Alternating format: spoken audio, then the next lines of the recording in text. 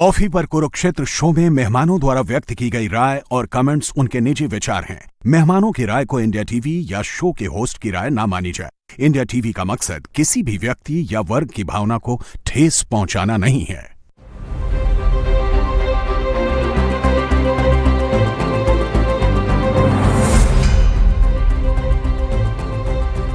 नमस्कार, बहुत बहुत स्वागत आप सभी का आपके प्रोग्राम कॉफी पर कुरुक्षेत्र में। हूं सौरभ शर्मा, आपके साथ बातें खुलकर करते हैं, वो बताते हैं जो कोई और आपको नहीं बताता। आज के मेहमानों से आपको मिलवा दें। हमारे साथ हैं सीनियर जर्नलिस्ट अजीत द्विवेदी जी। अजीत जी, बहुत स्वागत है आपका। बहुत दिनों बाद इनका दिमाग खाएंगे हम। और हमारे साथ मनोज कुमार सिंह जी है। मनोज जी, बहुत स्वागत है आपका। और इंडिया टीवी के पॉलिटिकल एडिटर देवेंद्र पराशर हमारे साथ हैं। देवेंद्र जी, बहुत स्वागत है आपका।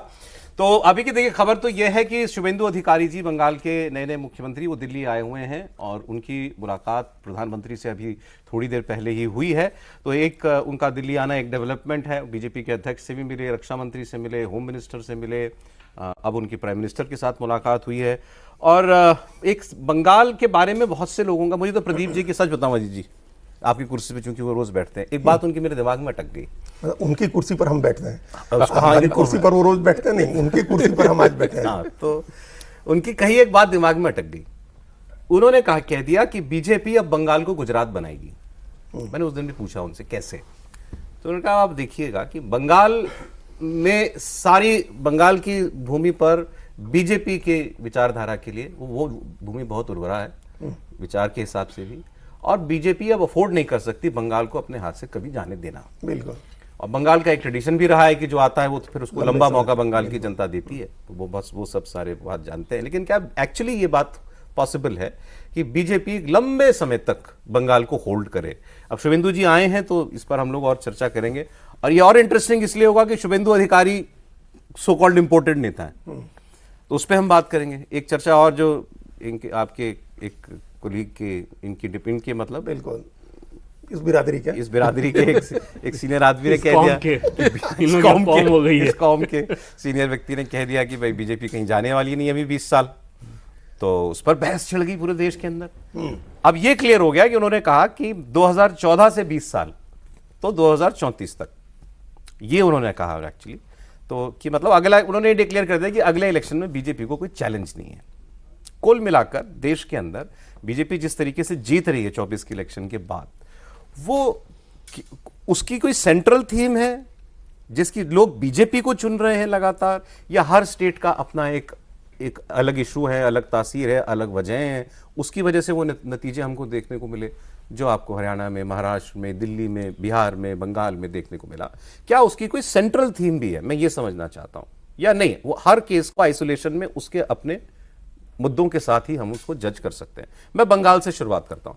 आपको लगता है कि बंगाल में बीजेपी का आना एक लंबी स्ट्रगल के बाद ये काम हुआ है? क्या ये अब भविष्य में एक लंबे वक्त के लिए हमको आज की तस्वीर जो दिखाई दे रही है दिखाई देती रहेगी? बिल्कुल, निश्चित रूप से दिखाई देगी। ये क्या है कि आप बंगाल समझिए और पूरा देश समझिए। आप जिस तरह से कांग्रेस पार्टी एक समय सत्ता में रही और बहुत लंबे समय तक सत्ता में बनी रही, और जब हारना शुरू हुआ कांग्रेस पार्टी का, उसके बाद भी लगभग 30 साल तक वो भारतीय राजनीति की केंद्रीय ताकत बनी रही थी। हारने की शुरुआत तो 1977 में हो गई थी, लेकिन उसके बाद भी उसका जब धीरे धीरे क्षय हुआ, शुरू हुआ, तब भी उसको बहुत समय लगा सेंटर से रिप्लेस होकर के हाशिए में पहुंचने में। भारतीय जनता पार्टी तो अभी पहुंची है और वो अभी स्पेस ऑक्युपाई कर रही है। अभी उसने स्पेस ऑक्युपाई करना शुरू किया है, और अगले 30 साल तक, वो कह रहे हैं 20 साल, हम कह रहे हैं कि अगले 30 साल तक भारतीय जनता पार्टी भारत की राजनीति की केंद्रीय ताकत बनी रहेगी। बनाओ हेडलाइन 30 साल तक बीजेपी कहीं नहीं जा रही। नहीं, कहीं नहीं जा रही। वो सेंट्रल फोर्स होगी।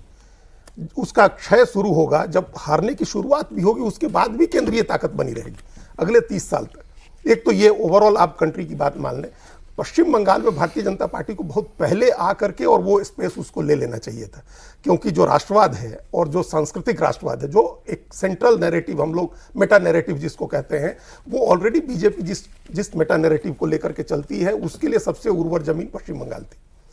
नेशनल सिक्योरिटी का आप उसका परसेप्शन देखें, हिंदुत्व का परसेप्शन देखें, आप दोनों तरह से वो एक उर्वर जमीन थी भारतीय जनता पार्टी के लिए। देर हुई है भाजपा को वहां स्टैब्लिश होने में, और कारण यह था कि जिन फोर्सेज के साथ बीजेपी आई दूसरी जगहों पर, अब जैसे हम उस इशू पर आ रहे हैं, आपने कहा कि गुजरात हो सकता है क्या, बंगाल नया गुजरात हो सकता है क्या, गुजरात में कांग्रेस बहुत पहले कमजोर होने लगी थी 75 में। इस बात को हम लोग बीच में 80 का चुनाव जो था और 85 इंदिरा गांधी की हत्या के बाद वाला चुनाव उसको छोड़ दें, क्योंकि वो एक दशक था पूरे देश के लिए भी और उस गुजरात के लिए भी। 75 में हारी थी भारतीय वहां कांग्रेस पार्टी, और कांग्रेस ओ का गठन हुआ था, ऑर्गेनाइजेशन उस लगभग बराबर रहा था। इंदिरा गांधी की कांग्रेस और कांग्रेस ऑर्गेनाइजेशन संगठन दोनों लगभग बराबर रहे थे। और उसके बाद 90 से तो हारना ही शुरू हो गया। 90 में तो जनता दल नहीं, जनता दल बीजेपी की पहली सरकार में करो 90s में बन गई। 90 में उप मुख्यमंत्री बने थे केशुभाई पटेल, जब जनता दल की सरकार बनी थी चिमन भाई पटेल मुख्यमंत्री बने थे। तो कांग्रेस के हारने की शुरुआत हो गई थी। फिर 95 में फुल फ्लेज कांग्रेस पार्टी आ गई जब चिमन भाई पटेल मुख्यमंत्री बने, और नरेंद्र मोदी के इस्टेब्लिश होने का, उनकी ऑर्गेनाइजेशनल स्किल का, उनके इलेक्टोरल स्किल का एग्जाम वो था, वो चुनाव उसका नतीजा था। उन्होंने चुनाव लड़ाया था 95 का, केशुभाई पटेल मुख्यमंत्री बने थे। तो कांग्रेस के हारने का एक सिलसिला पहले से शुरू हो गया था। बीजेपी के स्टैब्लिश होने की शुरुआत हो गई थी काफी पहले से। तो आज बीजेपी वहां पहुंच गई और उस जगह को ऐसा उसने कर लिया कि अब वो हम दूसरी जगहों की तुलना करते हैं कि कौन सा स्टेट गुजरात बन जाएगा, मध्य प्रदेश बन जाएगा गुजरात, हरियाणा हो जाएगा, दिल्ली, महाराष्ट्र, ये सब गुजरात हो जाएंगे। ये हम लोग इस अंदाज में बीजेपी की अटर डोमिनेंस, शेयर डोमिनेंस का अगर कोई एग्जांपल है तो वो गुजरात है। लेकिन उसको एस्टैब्लिश होने में समय लगा है। और बंगाल में उतना समय नहीं लगेगा, क्योंकि बंगाल पहले से बीजेपी की पॉलिटिक्स के लिए उर्वर जमीन है वो, इसलिए बंगाल में एस्टैब्लिश हो गई भारतीय जनता पार्टी, अब कहीं नहीं जा रही है। हमने कहा है ये बड़ा बहुत स्ट्राइकिंग स्टेटमेंट है। क्योंकि एक तो क्या है कि जो पार्टी वहां हारती है वो खत्म हो जाती है। बंगाल का कल्चर है। लोग कहते हैं ना कि टीएमसी का कल्चर और लेफ्ट का कल्चर, वो लेफ्ट टीएमसी का कल्चर नहीं, वो बंगाल का कल्चर है। जैसे ही लेफ्ट खत्म हुई, वहां हारी वो खत्म हो गई। तृणमूल कांग्रेस हारी खत्म हो गई, लेफ्ट हारी खत्म हो गई, तृणमूल कांग्रेस हारी है, उसका समाप्त होना अवश्यंभावी है, वो तय है। और अभी कोई नई ताकत उभरती हुई हमको नहीं दिखाई दे रही है अगले कई चुनावों तक। इसलिए पश्चिम बंगाल में तो भारतीय जनता पार्टी आ गई और वहां रहेगी वो अस्थायी रूप से, लेकिन उन कारणों से नहीं जिन कारणों से गुजरात में रही है। गुजरात में एंटी कांग्रेस सेंटीमेंट काफी पहले से बनना शुरू हो गया था और बीजेपी धीरे धीरे कांग्रेस का क्षय हुआ। यहाँ अपने विचार की वजह से, अपने जो सेंट्रल नैरेटिव आपने कहा ना कि सेंट्रल नैरेटिव है, बंगाल की आपने कहा कि जो पार्टी हारती है वो खत्म हो जाती है। ये आप श्योर हैं कि टीएमसी पे भी अप्लाई होता है? बिल्कुल, टीएमसी खत्म होगी भाई। अभी पहला धरना टीएमसी ने दिया है और उसके 80 में से 36 उसके 34 विधायक है, 46 विधायक नहीं है, आए नहीं विधायक। आए नहीं विधायक। और ये अभी मैं खबर दिख रहा था, एक भाटपाड़ा जगह है, वहां के तृणमूल कांग्रेस के 33 में से 30 काउंसलर्स ने बीजेपी ज्वाइन कर ली। ये शुरुआत हो गई। ये माइक्रो लेवल की बात है, मगर ये शुरुआत हो गई। ये हमेशा भी होता है। जैसे टीएमसी से ममता बनर्जी का जब शासन में आई थी तो टोटल कम्युनिस्ट और कांग्रेस से भी नेता आते थे। ये हमेशा होता है हुआ। तो ये गुजरात के लिए बड़ी बात नहीं है, लेकिन जो चीजें आप करें कि गुजरात मॉडल वहां पे लागू किया जाएगा। यदि हम हिंदुत्व की बात, गुजरात मॉडल को लोग गवर्नेंस से आंकते हैं। मैं उसी पे आ रहा हूं कि मैं देखिए हिंदुत्व पे नहीं, लेकिन वहां पे गुजरात मॉडल लागू करने में क्या बड़ी समस्या है। गुजरात में आपके पास माने गवर्नमेंट के पास बहुत सारा जो था लैंड बैंक था। चूंकि कच्छ से लेकर आप आ जाइए बड़ौदा तक आ जाइएगा तो जमीनें उतनी उर्वरक नहीं थी जितनी यहाँ पे थी। बंगाल में क्या है कि नदी के साथ सटे हुए हैं और सारी उपजाऊ जमीन है। और यहाँ पे जो सबसे बड़ी समस्या थी जो इंडस्ट्री जाने की, वो था कि लेबर पॉलिटिक्स बहुत बड़ा था, जो गुजरात में नहीं है। यहाँ आने के बाद लेकिन इस बार जो वोट मिला है तो लेबर पॉलिटिक्स को समाप्त करने के लिए मिला है।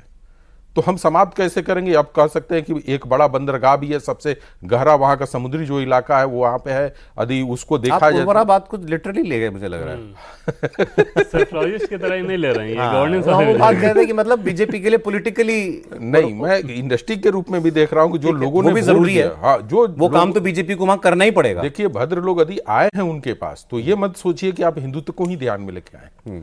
वो कहीं ना कहीं अपने स्टेट में वो इंडस्ट्री लेकर देखना चाहते हैं जो थी।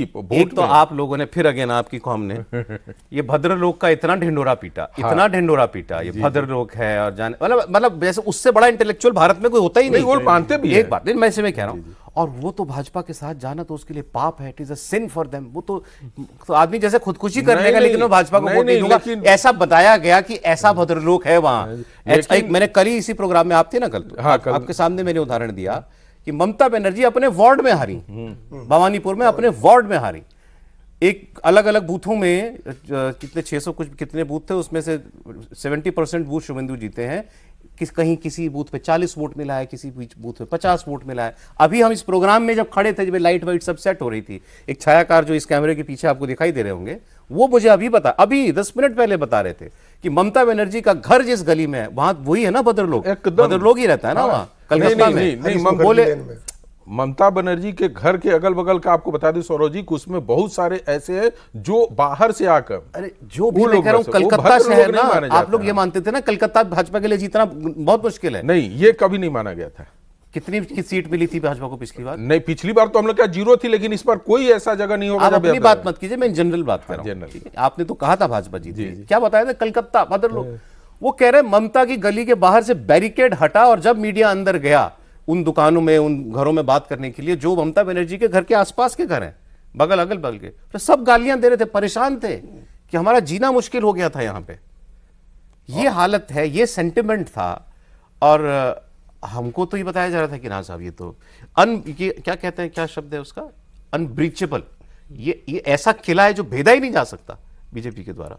वो सिस्टम का ज्यादा था, ममता बनर्जी का अपना जो सिस्टम है वो प्रभावी बहुत ज्यादा था। एक वोट बैंक उनके पास, मुस्लिम वोट बैंक कह लें, और एक महिला वोट बैंक, ये उसका एक बड़ा हिस्सा उनके पास जरूर था, लेकिन जो सबसे बड़ी ताकत थी वो उनके सिस्टम की ताकत थी। और सिस्टम हर लेवल पर था, चाहे डराने की बात हो या फिर जो वोटर्स मौजूद नहीं हैं या फेक वोटर्स या जो डेड वोटर्स हैं उनके नाम पर वोट डलाने वाली बात हो, जिन तमाम चीज़ों के बारे में पहले बहुत सारी बातें हो चुकी हैं। तो इस सिस्टम को ब्रेक करना बीजेपी के लिहाज से बहुत बड़ी चुनौती थी। और सौरभ, अगर आपको ध्यान हो तो बीजेपी के बड़े नेता इस बात को कहते भी थे कि वोटिंग के साथ साथ काउंटिंग ही जरूरी याद है ना, जिसपे वो बहुत आप हैरान हुए थे कि काउंटिंग में क्या हो जाएगा ऐसा। तो उनको ये पता था कि सिस्टम जब तक ममता बनर्जी का आप नहीं तोड़ सकते, टीएमसी को नहीं हराया जा सकता। अब मतलब तृणमूल का सिस्टम डेसिमेट हो रहा है, एक बात। और जो हमने शुरू किया था, BJP is in now for a very long period. हाँ, इसमें कोई भ्रम बंगाल को लेकर तो पहले बिल्कुल ही नहीं होना चाहिए, क्योंकि अब बीजेपी उसी तरह का सिस्टम खड़ा करने जा रही है। उस तरह के सिस्टम की बात जब मैं कह रहा हूँ तो ये नहीं कि पॉलिटिकल वायलेंस या कुछ, आप देख रहे होंगे कि बार बार शुभेंदु अधिकारी इस बात को कह रहे हैं कि पॉलिटिकल वायलेंस खत्म करना उनकी जिम्मेदारी है। लेकिन बीजेपी अपना जो लॉन्ग टर्म वाला सिस्टम खड़ा करती है ना, उस सिस्टम को खड़ा करना, जैसे अभी तक के दिन में अगर आप देखें तो उनके जितने फैसले हो रहे हैं आप उनको 2 हिस्से में बांट सकते हैं। मैं लाया हूं सारी लिस्ट, आप बोलिए। एक तरफ जैसे 10 बड़े फैसलों को अगर आप उठा के देखें, जैसे पहले कैबिनेट में ही 6 फैसले जो किए गए, उस 6 कैबिनेट के फैसले किस लिहाज से थे? गवर्नेंस के लिहाज से थे। ठीक, महिला SC/ST के लिए एक अलग से आयोग बना रहे हो आप, पुलिस के लिए कि कैसे पुलिस को हम, वो कह रहे हैं कि अगले कुछ सालों में बंगाल की जो पुलिस है उसको इंडिया का बेस्ट फोर्स बना देंगे। ठीक, लॉ एंड ऑर्डर के लिहाज से आयुष्मान भारत योजना जो वहाँ पे लागू नहीं थी, तो ये सारी चीज़ें आपने की। दूसरी तरफ मदरसे में वंदे मातरम, आपको बॉर्डर की फेंसिंग, तो बॉर्डर की फेंसिंग नेशनल सिक्योरिटी के साथ साथ वहाँ के लोगों को एक मैसेज भी है ना कि जिस प्रकार की पॉलिटिक्स अब तक चलती रही है, अपीजमेंट वाली पॉलिटिक्स, हम उसके धुर विरोधी हैं और उस पर देखो कितनी सख्ती से कार्रवाई कर रहे हैं। फिर यहाँ से लोगों को जब डिपोर्ट किया जाएगा तो जो स्थानीय उस तरफ वाले लोग हैं, उस सेक्शन वाले, वो विरोध करेंगे, उसका फिर काउंटर रिएक्शन। मैंने आपने बात छेड़ी, मैं भी एक तैयारी के साथ आया था, उनके क्या फैसले हुए। मुझे कोई स्टेट अभी याद नहीं है नरेंद्र मोदी के आने के बाद से जहां बीजेपी जीती हो, जहां पहली बार भी जीती हो। हरियाणा में बीजेपी पहली बार जीती थी कभी 2014 में। जम्मू कश्मीर में भी कभी एक बार तो सरकार बनाई है। कभी ऐसा नहीं देखा कि ना फ्रॉम द वर्ड गो आप बस ताबड़ शुरू हो गए। ऐसी सफाई, मतलब इतनी तेजी कहीं नहीं दिखी जैसे बंगाल में। ऐसा लगा जैसे सब कुछ पहले से तय करके रखा था। डे 1 तुम ये करोगे, डे 2 तुम ये करोगे, डे 3 तुम ये करोगे। इसको और कंट्रास्ट में सौरभ समझिए कि अभी तक मंत्रिमंडल का पूरा विस्तार नहीं हुआ। जो मंत्री बनाया गया उनको जो पोर्टफोलियो नामत का दिया गया, लगभग 42 बड़े विभाग मुख्यमंत्री के पास हैं, तो वो काम नहीं हुआ पॉलिटिकल फ्रंट पे जो होना है। लेकिन एजेंडा इतना क्लियर था क्योंकि वो एजेंडा ऑलरेडी दिल्ली से तय था, तो शुभेंदु अधिकारी को बस उसको इंप्लीमेंट करते जाना है। अभी जो आपने बात की, जहां भाजपा लंबे समय तक जहां जहां है, मैं उसके दो उदाहरण सबसे बड़े गुजरात और मध्य प्रदेश है। सो वो क्या ऐसा क्या हो जाता है कि लोग ऑपोजिशन को भूल ही जाते हैं? गुजरात में तो भूल ही गए, ऑलमोस्ट भूल गए। देखिए, इसमें 2 चीजें होती हैं। एक तो क्या है कि एक सर्टेन लेवल ऑफ गवर्नेंस जो है, सर्टेन डिग्री ऑफ गवर्नेंस, वो सबसे इंपॉर्टेंट चीज है लॉन्ग टर्म में पावर इंजॉय करने के लिए। लंबे समय तक आप एक बेसिक डिलीवरी देना ही है। ठीक बात है, जिसको डेवलपमेंट का गुजरात मॉडल कहा जाता है, जिस पर 2014 में नरेंद्र मोदी पूरे देश में चुनाव लड़े और लोगों ने एक्सेप्ट किया उस मॉडल को। तो वो एक सर्टेन लेवल ऑफ गवर्नेंस का जो मॉडल है वो इस्टेब्लिश कर दिया है बीजेपी ने, रियल सेंस में भी और नैरेटिव के सेंस में भी। ऐसा नहीं है कि आप दोनों लेवल पर, कई बार लोग कहते हैं कि हमने बहुत काम किया और चुनाव हार गए। क्या कि हम बेच नहीं पाए अपने काम को। हम लोग सबसे उसको क्लासिकल एग्जांपल मानते हैं 2004 के चुनाव में अटल बिहारी वाजपेयी का हारना और चंद्रबाबू नायडू का आंध्र प्रदेश में हारना। उन्होंने बहुत काम किया था, चंद्रबाबू नायडू ने वहां बहुत काम किया था, लेकिन चुनाव हार गए थे। तो ये कहा गया कि हम सेल नहीं कर पाए अपनी उपलब्धियों को। बीजेपी ने उसको अपना काम किया, विकास का जो उसकी योजनाएं थी उनको लागू किया, डिलीवरी दी और उसको नैरेटिव के लेवल पर इस्टेब्लिश किया कि देखो हम काम कर रहे हैं। तो ये तो पहली चीज तो ये है।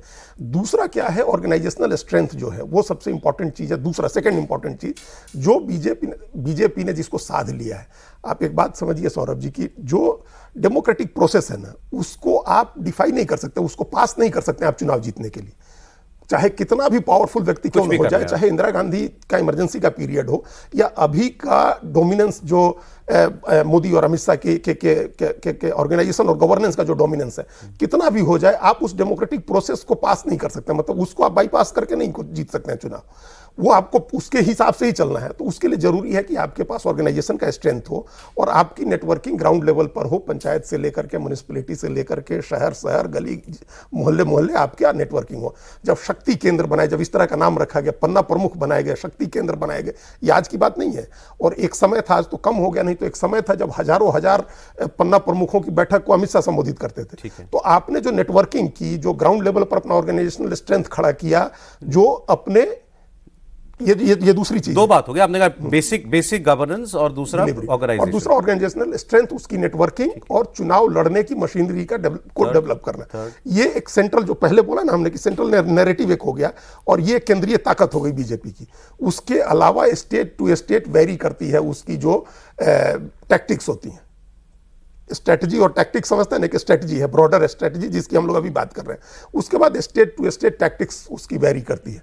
वो टैक्टिकल लड़ाई होती है ग्राउंड पर चुनाव के समय, कि कहां हमको अति पिछड़ा साधना है, कहां अगड़ा ले आना है, कहां किस तरह से मुस्लिम, वो फिर इलेक्शन टू इलेक्शन आपको, वो फिर स्टेट टू स्टेट वेरी करता है। हर स्टेट में एक साइज का जूता नहीं फिट किया जाता है, एक पैर, हर पैर में एक साइज का जूता, वो state to state vary. Basic टू आपने बता दिया, ये दो काम बेसिक हर स्टेट में करते हैं, और इसी की वजह से लंबे समय से बनी है। इसमें एक तीसरी चीज गुजरात में जो सबसे इंटरेस्टिंग है, वो मिसिंग है, वो फेस। आप कोई कहेगा कि गुजरात के लिए कौन से चेहरे की जरूरत है जब नरेंद्र मोदी और अमित शाह, ये बात ठीक है, लेकिन एक स्टेट लेवल लोकल लीडरशिप भी होती है। अब मोदी जी तो ये कभी नहीं कहेंगे कि मुझे गुजरात ज्यादा प्यारा है उत्तर प्रदेश से किसी हरियाणा से, ये तो कभी नहीं कहा जाएगा। वो जोर भी सब जगह ही लगाते होंगे। वहां पर पूरी की पूरी सरकार बदल जाती है, सारे मंत्री बदल जाते हैं, मुख्यमंत्री कई बार बदल जाते हैं, कोई फर्क नहीं पड़ता। आपने मध्य प्रदेश जैसे स्टेट के अंदर इतना बड़ा एक्सपेरिमेंट कर लिया, एक बड़े चेहरे को हटा करके आपने, उस वक्त तो उतना मतलब कोई जानता पॉपुलर चेहरा नहीं था, आप वो ले आए। आप ये कर सकते हो और रिएक्शन नहीं होगा, सब कुछ ठीक चलता रहेगा। सो वो चीज किसी स्टेट में चलती है, किसी स्टेट में आपके पास बहुत बड़ा लीडर है। जैसे बंगाल में शुभेंदु एक फेस हो गए, अब अभी तो ये लगता है कि लंबे समय के लिए फेस बन गए। यूपी में योगी आदित्यनाथ लंबे समय के लिए फेस बन गए हैं। सो ये कैसे वर्क करता है स्टेट लीडरशिप? देखिए, सबसे क्या है ना कि जैसे गुजरात का आपने किया था, इतना बड़ा उन्होंने नीचे से पिलर मजबूत करके लेकर आए हैं, उस पर आप 20 साल तक शासन कर सकते हैं। आप अपने चेहरे पे आप कहाँ पे हैं नहीं पता है, लेकिन जब सिस्टम बन जाता है ब्यूरोक्रेसी में, तो उस सिस्टम का यूटिलाइजेशन, लोग फेस भूल जाएं, बीजेपी याद रहता है, बीजेपी याद रहता है, बीजेपी के साथ रहना है। हाँ, और जब सिस्टम बन जाएगा तो उसी तरह से आपको रिप्लाई भी करेगा पब्लिक के बीच में, चूंकि उसको पता है कि हमको किस तरीके से वर्क करना है। तो उन्होंने वर्क कैसे डिलीवर करना है पब्लिक के बीच में और अपनी कैसे बनाया जाएगा। जैसे अभी वहां पे जो होम मिनिस्टर बने हैं, एक यूथ को आगे बढ़ाया। हाँ, अब वो लग रहा है कि लंबे वक्त के लिए है। तो एक बड़ा चेहरा, सीनियर चेहरा को रखकर एक जूनियर को भी उनके सामने लाया गया और उनके साथ उनको किया जाता। ऐसे योगी आदित्यनाथ भी मुख्यमंत्री बनने के पहले बहुत बड़ा चेहरा नहीं कह सकते हैं, लेकिन आज के समय में वो चेहरा को बनाया और उसका स्टैंड था बीजेपी का। उस बीजेपी ने उस पर काम किया, ऐसा नहीं था कि सिर्फ योगी आदित्यनाथ ही काम किए, लेकिन उनका एक था डिलीवर करने का कि भाई योगी आदित्यनाथ जी डिलीवर कर सकते, शुभेंदु बीजेपी चाहती है मेरे पास हर स्टेट में एक पावरफुल नेता हो, ऐसे खड़ा कर रही है। यदि ये पूछिए कि भाई अब मध्य प्रदेश में भी वही उन्होंने किया, सफलता न मिले वो कोशिश यही है कि कोशिश है। जैसे आप झारखंड का रघुवर दास का देखिएगा, वहां पे उससे ज्यादा एग्रेसिव कोई नेता नहीं था। वो एक मान सकते हैं कि वो सफल नहीं हुआ, वो भारतीय जनता पार्टी की कमजोरी। अभी हम राजस्थान पे भी डिस्कशन कर सकते हैं कि भाई एक नेता उन्होंने चुना एकदम नया कि जाओ तुम अपना डिलीवर करो, लेकिन वो नहीं कर पाए। कर लेंगे, आपने डिक्लेयर कर दिया क्या? नहीं, डिक्लेयर नहीं करना, नहीं कर पाए तो ये तो मानूंगा ना।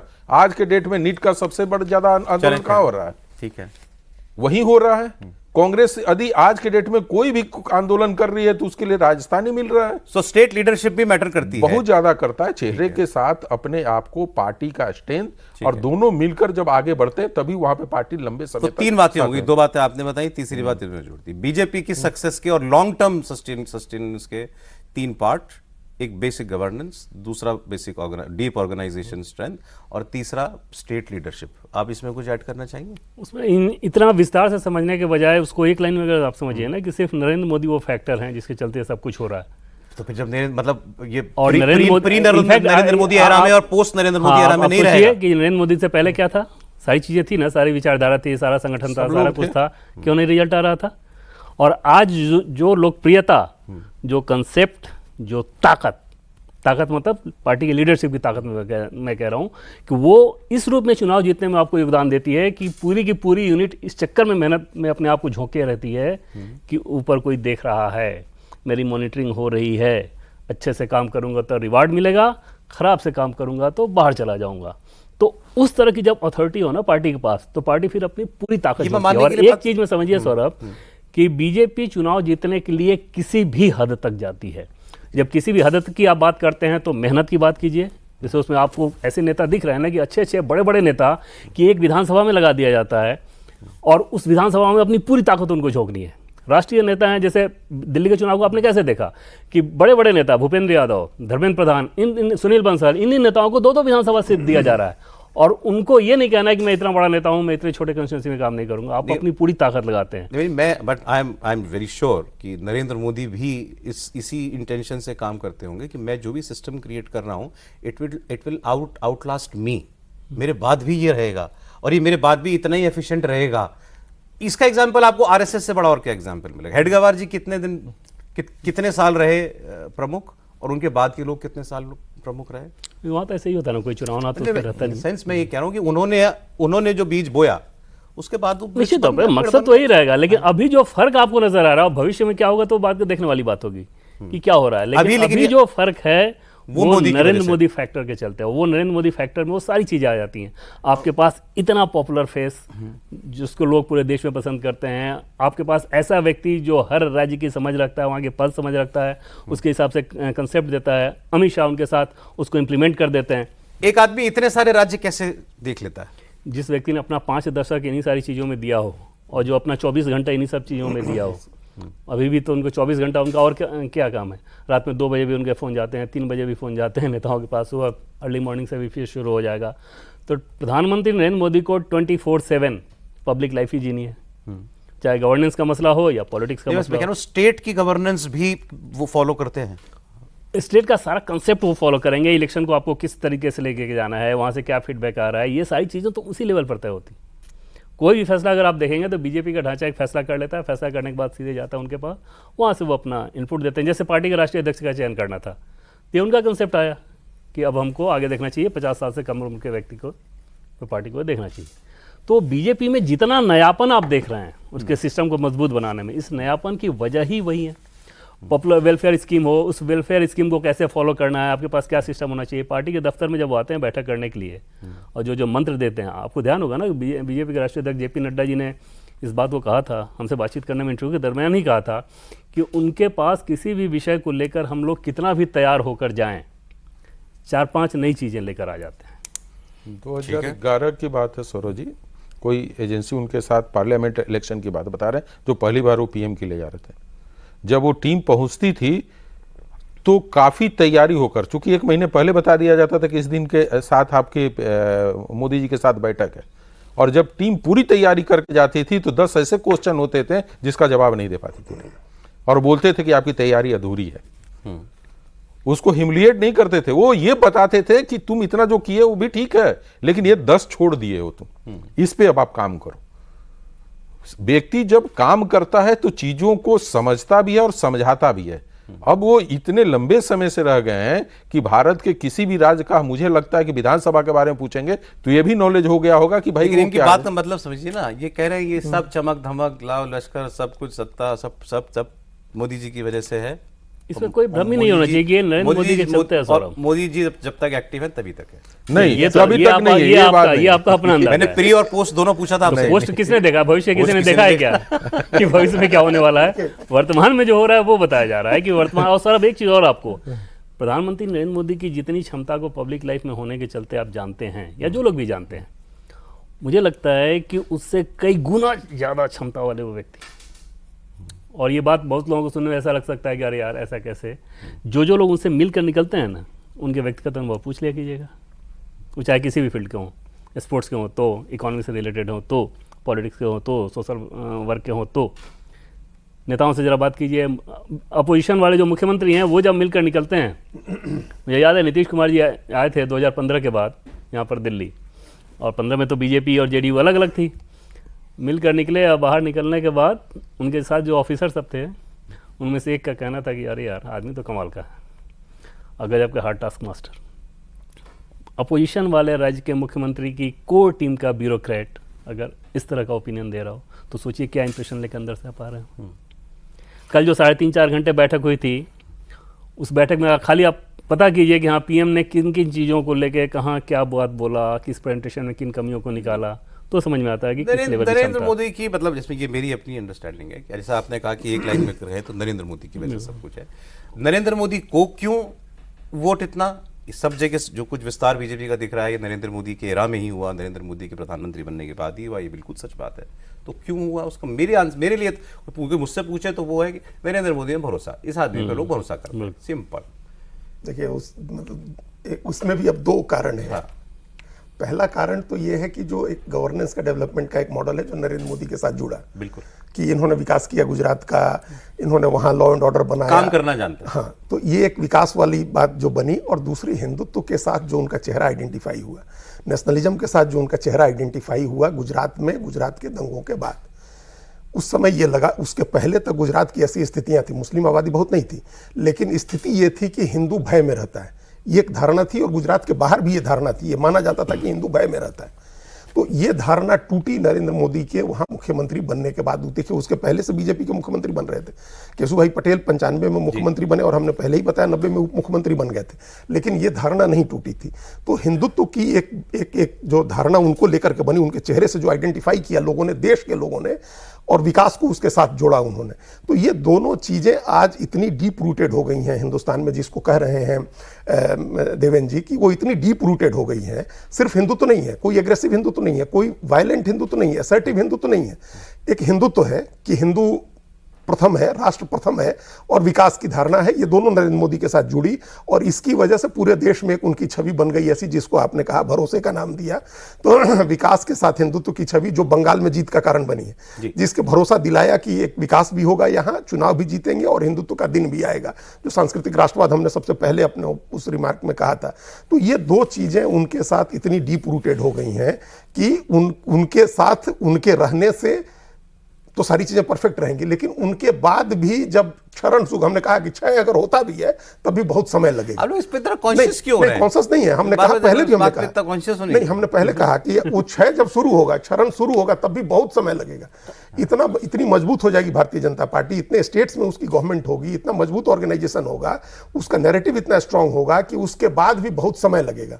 ये जब से कांग्रेस के सारे करिश्माई नेता जब चले गए, तब भी कांग्रेस को समाप्त होने में बहुत समय लगा। तो ये इसके बाद भी होगा, उनके मतलब नेपथ्य में चले जाने के बाद राजनीतिक रूप से, तब भी बीजेपी बहुत लंबे समय तक मजबूत रहेगी। जब आप लंबा समय कहते हैं तो आप दशकों में बात कर रहे हैं। दशकों में बात कर, हमने कहा ना कि 30 साल, तो उस 30 साल में तो 15 साल हुए, 12 साल ही हुए अभी। तो हमने कहा कि 30 साल तक केंद्रीय ताकत रहेगी, केंद्रीय ताकत रहेगी। साल और बता रहे हैं। देखिए मतलब केंद्र की सरकार में रहेगी, वो नहीं हम कह रहे हैं। आप एक बात सुन लीजिए, आप उनकी कॉन्शियस हो रहे हैं आप नहीं हो रहे कॉन्शियस। हमने कहा कि केंद्रीय ताकत रहेगी, भारत की राजनीति की केंद्रीय ताकत, केंद्र में सरकार न बने और हम केंद्रीय ताकत हैं, सर क्या मतलब है? कांग्रेस 206 सीटें लेके आई 2009 में, तो केंद्रीय ताकत थी ना वो। तो केंद्रीय 209 सीट के साथ, आज 240 सीट के साथ बीजेपी केंद्रीय ताकत है कि नहीं? केंद्रीय ताकत तो बीजेपी 1984 से नहीं। कितने सांसद है? 1984 में कितने सांसद थे? 2 सीटें थी। 2 सीटें नहीं, वो अगले वाला इलेक्शन, उसमें 89 है। तो 89 से सेंट्रल फोर्स कैसे होगी? केंद्रीय ताकत वो जो नंबर 1 है, जिसकी सीटें सबसे ज्यादा होंगी, जिसके स्टेट्स में सबसे, आज 18 स्टेट में 19 स्टेट में मान लीजिए सरकार है, हम कह रहे हैं कि 10 स्टेट में जब होगी सरकार, सीटें इतनी नहीं होगी, 240 नहीं होगी, उससे कम भी होगी, तब भी केंद्रीय ताकत रहेगी, केंद्र की सत्ता में भी अभी रहेगी लंबे समय तक। केंद्रीय ताकत हमने कहा कि 30 साल तक वो बनी रहनी है भारतीय जनता पार्टी। और एक और बात आज जो हम लोग इसको जो अभी कह रहे थे देवेंद्र जी, उसको थोड़ा और डिफाइन करिएगा। हम और आप भद्र लोग टाइप बात कर रहे हैं, ये अचानक रिपोर्टर वाला ना कि एक लाइन में नहीं, जो जिस नैरेटिव हम डिसर्टेशन लिख रहे हैं सर, नहीं, जिसकी बात हम लोग कर रहे हैं अभी कि नरेंद्र मोदी की के उपस्थित होने का क्या महत्व है, वो एक महत्व तो यह है कि भारतीय जनता पार्टी को एक ताकत मिलती है, उसके ऑर्गेनाइजेशन को, उसके नैरेटिव को, लोगों का भरोसा, ये सब बातें हो गई। अपोजिशन का जो अटैक होता है नरेंद्र मोदी पर, उसका भी बीजेपी को एक लाभ मिलता है। नरेंद्र मोदी के नहीं रहने पर जब वो अटैक कम होगा तो फिर उसका लाभ अपोजिशन को मिलेगा। नरेंद्र मोदी जब तक है और बीजेपी अपोजिशन। दूसरी बात जो अभी इससे पहले आपने कही थी उसमें भी मेरी दिलचस्पी, आपने कहा जो देश ने, अगर मैं उसको ऐसे कहूं, देश ने एक हिंदूवादी टर्न लिया। देश तो हिंदू है, 80% हिंदू है, लेकिन वो हिंदूनेस की या हिंदुत्व की भावना जो भी आप उसको कह लें, या उसका प्राइड, उसकी कॉन्शियसनेस, ये तो बढ़ी है देश के अंदर। बिल्कुल बढ़ी है, नरेंद्र मोदी की वजह से बढ़ी है। हाँ बिल्कुल बढ़ी है। तो वही तो वो सांस्कृतिक पुनर्जागरण लोग उसको, कई लोग कहते हैं, फैंसी वर्ड है उसके लिए, तो वो, लेकिन वो भावना है। तो वो तो आप स्विच ऑफ नहीं कर सकते। नहीं, स्विच ऑफ नहीं कर, लेकिन एक चीज देखिए ना कि आपने वारिस किसको छोड़ रहे हैं, ये वारिस पे तो जाइए। कांग्रेस में 4 मिनट रह जाए नहीं और मुझे नहीं लगता है कि वारिस का तो कोई मतलब ही नहीं है ना। अभी तो आप निश्चिंत रहिए कि अभी कई साल, नहीं, कई साल के बाद भी जो वारिस मिलेगा बीजेपी को, वो भी चलाने के लिए बहुत अच्छा है। मैं कह रहा हूं, अब जो मैंने अभी आपको मुद्दा दिया, ये उनके बाद कौन, छोड़ दीजिए। मतलब आप जब जनता में एक खास किस्म की पहचान आ जाती है, उसको मैंने कहा कि वो इलेक्शन की, इस इलेक्शन में ऑन और इस इलेक्शन में ऑफ नहीं हो सकता, नहीं हो सकता है, वो तो फिर रहेगी। बिल्कुल। आज आपने जिसको बता दिया कि टीका लगाना पाप नहीं है, टीका लगा के घूम सकते हो, वो तो फिर ऐसा रहेगा ना ऐसा। वैसे बीजेपी का अपना ये मानना होता है, बीजेपी के बड़े नेताओं का अपना ये मानना होता है कि 50 साल तक तो हमें कोई यहाँ से हटा ही नहीं सकता। 50 हिसाब से, हाँ, विजन लेके उस तैयारी के हिसाब से चलते हैं। लेकिन नरेंद्र मोदी फैक्टर का, सौरभ 30 तो आपने कहा है, नरेंद्र मोदी फैक्टर के हिसाब से सौरभ एक चीज और समझिए, 20 बोला था। नरेंद्र मोदी के फैक्टर के हिसाब से एक चीज और समझिए, जैसे ये नरेंद्र मोदी के राजनीति की देन है कि बीजेपी ने हेमंत विश्व शर्मा को कांग्रेस से आने के बाद एक सिटिंग मुख्यमंत्री के नेतृत्व में चुनाव जीतने के बाद उनको बनाया। बिहार में सम्राट चौधरी 7 साल पहले बीजेपी में आए, उनको मुख्यमंत्री बनाया। और देवेंद्र फडणवीस उस कास्ट पैरामीटर में फिट नहीं थे, उनको मुख्यमंत्री बनाया। योगी आदित्यनाथ कहीं से उस समय मुख्यमंत्री के लिहाज से फिट नहीं थे, उनको मुख्यमंत्री बनाया। और ये सारी चीज़ें पे कर रही हैं। तो ये 370 हटाने का फैसला ये नरेंद्र मोदी जैसा नेतृत्व ही कर सकता था। नक्सलवाद को खत्म कर देंगे, ये उन्हीं के दौर में हो सकता है। तो ये सारी चीजें, एक मिथ और बस्ट हुई है, सॉरी आप ही की बात पे कह रहा हूँ, एक ये मिथ बस्ट हो गई। और ये शुरू तब हुआ था जब ये छत्तीसगढ़, राजस्थान और मध्य प्रदेश में ये सीएम्स अपॉइंट हुए थे पिछले वाले, ये वाले, कि भाई बीजेपी वीक लीडरशिप चाहती है स्टेट्स में। ये भी मुझे लगता है मिथ ही है। और बिल्कुल वो आप अपने हिसाब से चाहे जो नैरेटिव करना हो, जो करना हो कर ले, वहाँ एक विज्ञान के हिसाब से। सौरभ एक चीज देखिए, मध्य प्रदेश में जो शिवराज सिंह चौहान बना, जो अपना लेवल लेकर गए थे, उस लेवल का लीडर ऐसा नहीं था कि तुरंत बीजेपी लेकर आती। ऑब्वियसली तो वो होगा तो नहीं ना, तो बनाना पड़ेगा। वो तो वो उसने उस हिसाब से मोहन यादव को लेकर आए, लेकिन वो डिलीवर कर रहे नहीं कर रहे, बीजेपी सोचेगी और उसको उसी हिसाब से देखेगी। वहां पे यदि राजस्थान की पॉलिटिक्स से यदि वसुंधरा को साइड करना था तो उनके पास, मेरे पास अभी सर केवल 2 मिनट रह गए हैं। बीजेपी का पीक किसको मानते हैं? ये पीक है या अभी और ग्राउंड है बीजेपी? नहीं, पीक आएगा, अभी आएगा, पीक आना है। जो अभी उस पर पहुंचना है, अभी उस पर बीजेपी को जब साउथ मेन रोड लेगी, बिल्कुल। और साउथ मेन रोड हो गया है, और कर्नाटक तो जीतती रही है, हारती रही है। अब केरल और तेलंगाना, ये 2 स्टेट और हैं, ये पहले आएंगे, केरल और तेलंगाना। यहां से बीजेपी का इनरोड होगा। आंध्र प्रदेश अभी बीजेपी नहीं कर रही है, तमिलनाडु नहीं कर रही है। आप इमेजिन कर पाते हैं कभी तमिलनाडु में बीजेपी सरकार हो? ये तो बहुत निकट भविष्य में हम लोग इमेजिन कर रहे हैं, हम लोग देखेंगे, क्योंकि वो द्रविडियन पॉलिटिक्स का निकट भविष्य में इमेजिन कर रहे हैं। क्योंकि द्रविडियन पॉलिटिक्स का एक बार जब ढांचा टूट गया, जब ये उससे लोगों का मोह भंग हुआ कि ये जो द्रविड़ पॉलिटिक्स है, जो द्रविडियन ही है, आप सब गलतफहमी में नहीं, कोई गलतफहमी नहीं है। जो द्रविडियन अन्नादुरई और नहीं, गलत कह रहा हूं, नहीं, देखिए वो द्रविड़ आदमी है, तो कोई होगा तो द्रविडियन ही। आइडियोलॉजी वही है जो चल रही है। नहीं, लोगों का मोह भंग हुआ दोनों द्रविड़ पार्टियों से, दूसरे तरह से आर्टिकुलेट, पार्टियों से भंग हुआ, बिल्कुल। हम उसको अब दूसरे तरह से आर्टिकुलेट करते हैं हैं कि जो द्रविड़ राजनीति करने का दम भरती थी जो दो पार्टियां, उन दोनों से मोह भंग हुआ। अन्ना डीएमके को 2 बार लगातार हराया लोगों ने, डीएमके को भी हरा दिया, सब कुछ होने के बावजूद। ठीक है। तो अब एक ओपनिंग हो गई है भारतीय जनता पार्टी के लिए भी, कांग्रेस के लिए भी। तो तमिलनाडु तो बाद में आएगा, लेकिन अभी कर्नाटक, केरल और तेलंगाना, ये 3 स्टेट के जरिए। तमिलनाडु से पहले आप मानते हैं केरला आ जाएगा बीजेपी के पास? तेलंगाना सबसे पहले मान रहे हैं। हाँ, केरल और तमिलनाडु ये सबसे टफ नट है। नहीं, केरल में भी बहुत, केरल में टफ नट नहीं है, बंगाल की तरह स्थितियां केरल में मौजूद है।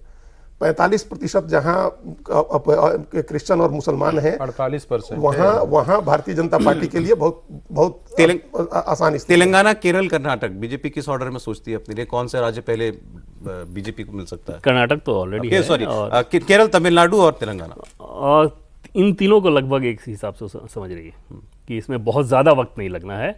उसमें उन तीनों में अगर आप देखें तो केरल और तेलंगाना निश्चित तौर पे थोड़ा ज़्यादा आगे, बट वो एकदम से ये दिख रहा है कि वो चीज़ें अच्छा बार बार गवर्नेंस पे लेके जाए। इनफैक्ट इस बार ही क्रिश्चियन को आप जैसे मान लेंगे कि बीजेपी के पास नहीं आएगी, इस इलेक्शन में ऑलमोस्ट आ गई थी, वो तो कुछ चीज़ें ऐसी हो गई कि तो एफसीआरए का मामला भी आ गया और चीजें हो गई। बहुत मजा आया सर चर्चा में। 30 साल 50 साल देगा सोनल। और जिस व्यक्ति ने 50 साल सौरभ बोला है वो इतने गंभीर व्यक्ति हैं कि ऑफ रिकॉर्ड बातचीत थी, इसलिए मैं नाम नहीं बोल रहा हूँ। बहुत शुक्रिया सर, बहुत बहुत अच्छा लगा बात करके।